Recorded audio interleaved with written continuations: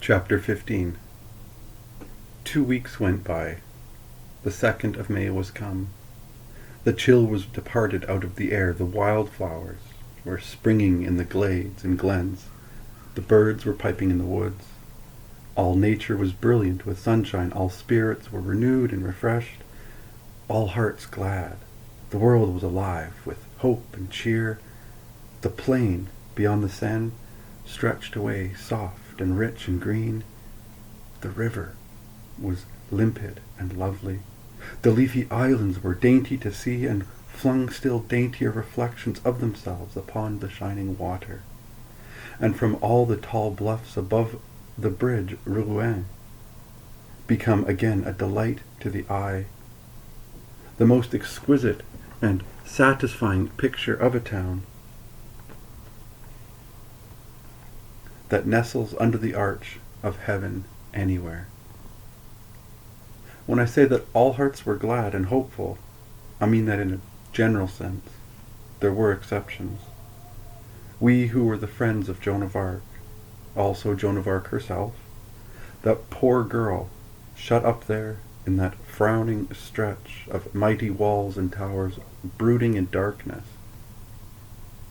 so close to the flooding downpour of sunshine, yet so impossibly far away from it, so longing for any little glimpse of it, yet so implacably denied by those wolves in the black gowns who were plotting her death and the blackening of her good name.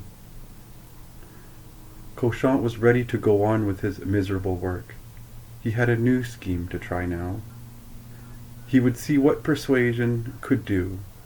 Argument, eloquence poured out upon the incorrigible captive from the mouth of a trained expert. That was his plan. But the reading of the 12 Articles to her was not a part of it. No, even Cauchant was ashamed to lay that monstrosity before her. Even he had a remnant of shame in him, away, down deep, 1,000,000 fathoms deep, and that remnant asserted itself now and prevailed.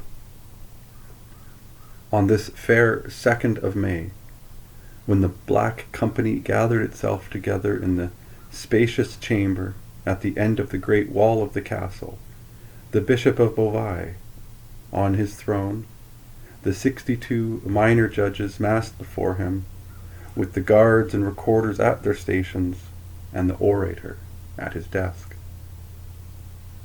Then we heard the far clank of chains, and presently Joan entered with her keepers and took her seat upon her isolated bench.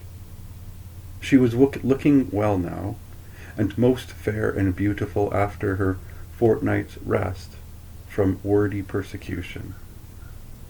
She glanced about and noticed the orator. Doubtless she divined the situation.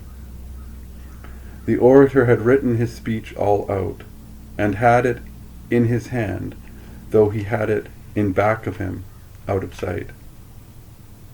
It was so thick that it resembled a book. He began flowing, but in the midst of a flowery period, his memory failed him, and he had to snatch a furtive glance at his manuscript, which much injured the effect. Again this happened, and then a third time. The poor man's face was red with embarrassment. The whole great house was pitying him, which made the matter worse. Then Joan dropped in a remark which completed his trouble. She said, "Read your book, and then I will answer you."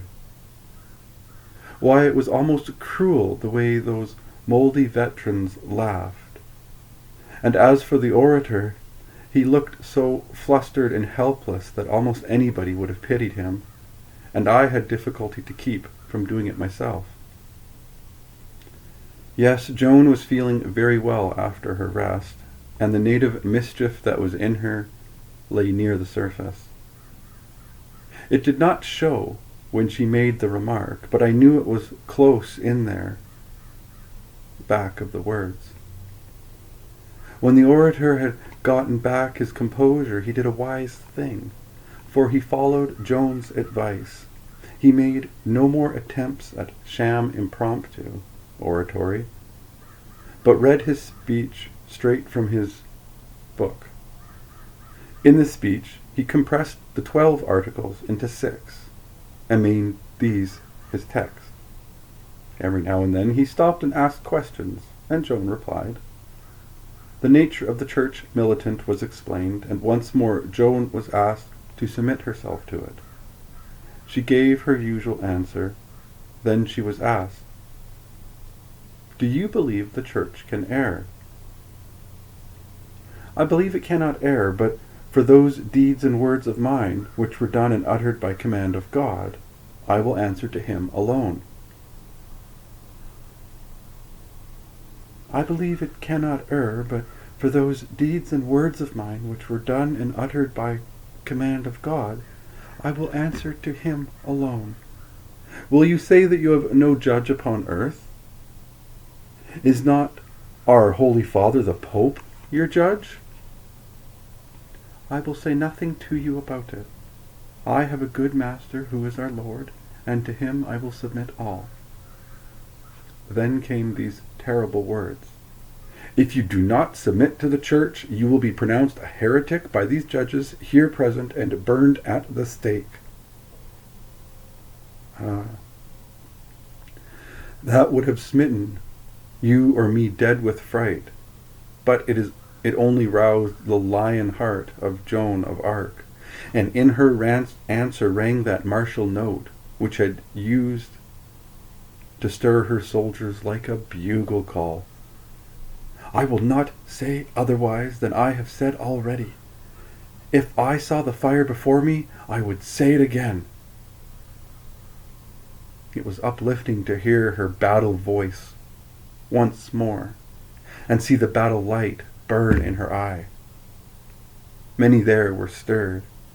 Every man that was a man was stirred, whether friend or foe, and Manchon risked his life again, good soul, for he wrote in the margin of the record in good plain letters these brave words, "Superba responsio."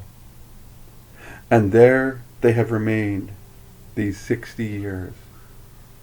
And there you may read them to this day, "Superba responsio." Yes, that was just that. Yes, it was just that. For this superb answer came from the lips of a girl of 19, with death and hell staring her in the face. Of course, the matter of the male attire was gone over again, and as usual, at wearisome length, also as usual, the customary bribe was offered. If she would discard that dress voluntarily, they would let her hear Mass. But she answered as she had often answered before. "I will go in a woman's robe to all services of the church, if I may be permitted, but I will resume the other dress when I return to my cell." They set several traps for her in a tentative form, that is to say, they placed propositions before her and cunningly tried to commit her to one end of the propositions without committing themselves to the other. But she always saw the game and spoiled it. The trap was in this form: "Would you be willing to do so? And if so, would you be willing to do so? And so, if we should give you leave? Oh, would you be willing to do so and so, if we should give you leave?" Her answer was always in this form, or to this effect: "When you give me leave, then you will know." Yes, Joan was at her best that 2nd of May. She had all her wits about her, and they could not catch her anywhere. It was a long, long session, and all of the old ground was fought over again, foot by foot, and the orator expert worked all his suasions, all his eloquence. But the result was the familiar one, a drawn battle, the 62 retiring upon their base, the solitary enemy holding her original position within her original lines.